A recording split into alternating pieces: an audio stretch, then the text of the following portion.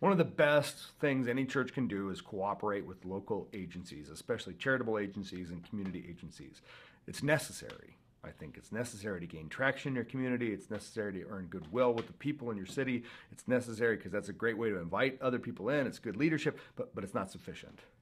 You can't just hope that those community partnerships will either A, grow your church, or B, help all kinds of new people find and discover a new life in Jesus Christ. I mean, it's great, but it's not everything. Let me give you a case in point. A couple of years ago, we began an initiative at our church where every quarter I would give every department of our church $1,000 with which they were meant to go into the community and bless the people of the community. So they're supposed to take that $1,000, invest it in a neighborhood or in a school or in one of their workplaces, and generate at least another $1,000 in order to continually pay it forward. So as an example, a couple years ago, we heard that all the literacy funding for after-school programs had been cut in our city.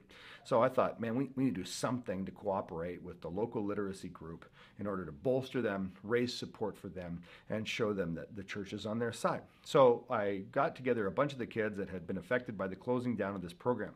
And I said, hey, you've been reading books, comic books, whatever, for a couple years. What are your 5 favorite things? They said, well, we love Atlantis, okay, zombies, we love sports, we love scuba diving, and we love adventure stories. I said, great. How about if I wrote you a story that had Atlantis and zombies and sports and scuba diving, and it was an adventure story? They said, that would be awesome. So me and some friends got together and we wrote a little series of stories. We called it The Undwellable City. You can check out the web link at theundwellablecity.org.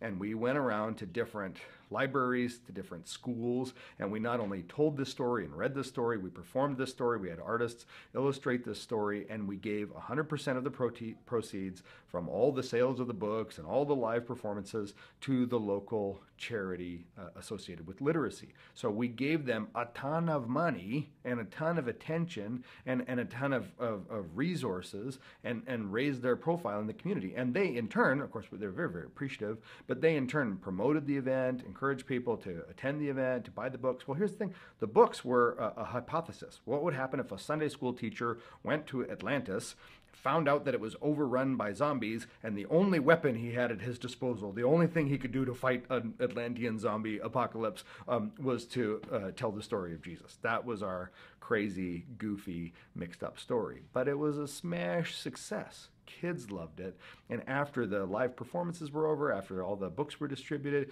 we had 2 weeks where kids came to the church every day for an after-school camp where we dissected squids, built submarines out of Legos, learned how to use scuba gear in the baptismal tank, and told them over and over again the stories of heroism and adventure in the scriptures. So here's the thing. It was necessary for us to partner with our community because our community was in need. I mean, kids need to learn to read. They need help, and we could help them. But it wasn't sufficient for us to just give them money.